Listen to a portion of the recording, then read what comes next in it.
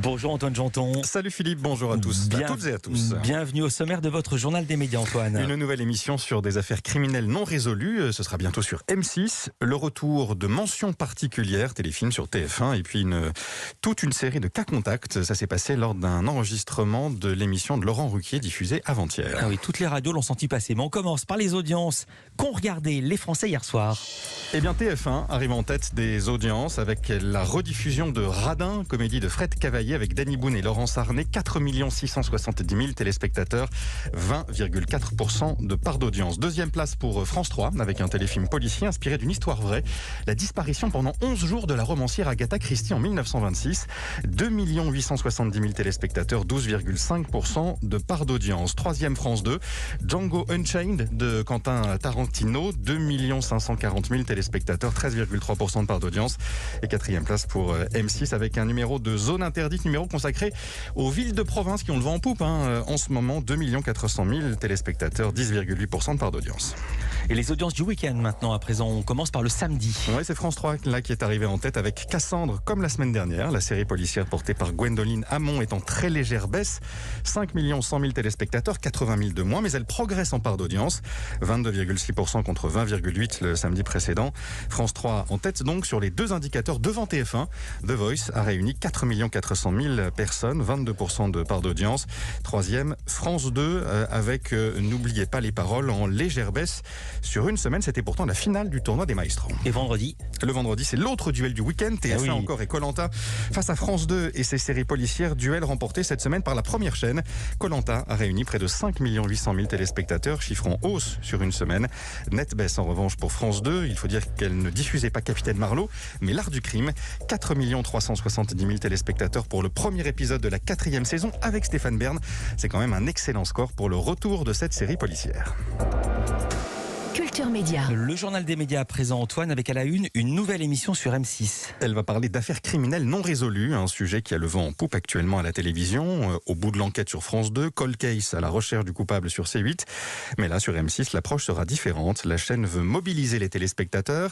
Appel à témoins, c'est le titre de ce nouveau programme qui devrait arriver à l'antenne avant l'été. Une information de nos confrères du Parisien. Une émission de 2 heures en direct pendant laquelle les téléspectateurs pourront appeler un numéro vert et éventuellement apporter de nouveaux éléments pour tenter de résoudre des affaires encore mystérieuses. Au bout du fil, 8 membres des forces de l'ordre, policiers et gendarmes, car l'émission sera réalisée en collaboration avec le ministère de l'Intérieur et celui de la Justice. Le focus programme du jour, c'est un téléfilm à voir ce soir sur TF1, Mention particulière, bienvenue dans l'âge adulte. C'est la suite du téléfilm Mention particulière, diffusé en 2017, un téléfilm dans lequel Laura, une jeune femme trisomique, décide de passer son bac à 21 ans, bac qu'elle obtient. Dans la suite, donc ce soir, on va retrouver Laura quelques années plus tard, stagiaire dans une radio. Elle rêve de devenir journaliste. Elle est encore incarnée par la formidable Marie Dalzotto, atteinte de trisomie 21. Une comédienne très heureuse de retrouver les autres acteurs, notamment ceux qui jouent ses parents, Hélène de Fougerolles et Bruno Salomon. L'acteur nous a d'ailleurs raconté leur retrouvailles. On n'a pas respecté les gestes barrières parce qu'elle nous a sauté dans les bras tout de suite. Mais on peut pas lui refuser ça, Marie. C'est l'actrice la plus optimiste que j'ai rencontrée de ma vie. C'est-à-dire qu'elle déborde d'enthousiasme et est tout le temps en train de dire qu'est-ce que je suis content d'être là, qu'est-ce que je vous aime et tout. Et c'est hyper communicatif, sa joie d'être sur le plateau. Elle est tellement heureuse de faire ça. Mais d'ailleurs, ce qui est gênant, c'est que Marie m'appelle papa devant son père. Des fois, j'étais un peu gêné parce que on joue une famille alors qu'on est dans une fiction. Donc, faut bien séparer les choses. Et en même temps, on a installé un climat ensemble qui est hyper touchant. C'est Marie qui fédère ça. Elle a créé un groupe sur WhatsApp. Elle entretient réellement le contact avec nous. Elle est incroyable. Le lien est très fort entre les acteurs, il l'est aussi entre les personnages. Dans le film, Jérôme, le père joué donc par Bruno Salomon, doit faire face au désir d'émancipation de sa fille Laura, qui découvre elle le monde du travail et les premiers amours. Le premier volet avait très bien marché, près de 6 millions de téléspectateurs il y a 4 ans. Cela dit, ce n'est pas l'audience qui a convaincu Bruno Salomon de reprendre son rôle, mais bien le scénario. J'avoue que ça fait toujours plaisir quand on nous dit ouais, ça a cartonné, il y a plein de gens qui ont regardé.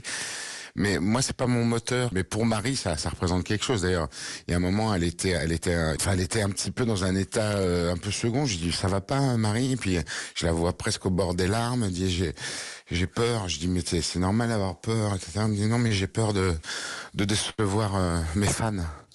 Et je dis, ah bon, mais je trouvais ça tellement mignon. Je dis, mais t'as combien de fans? Elle fait, 6 millions.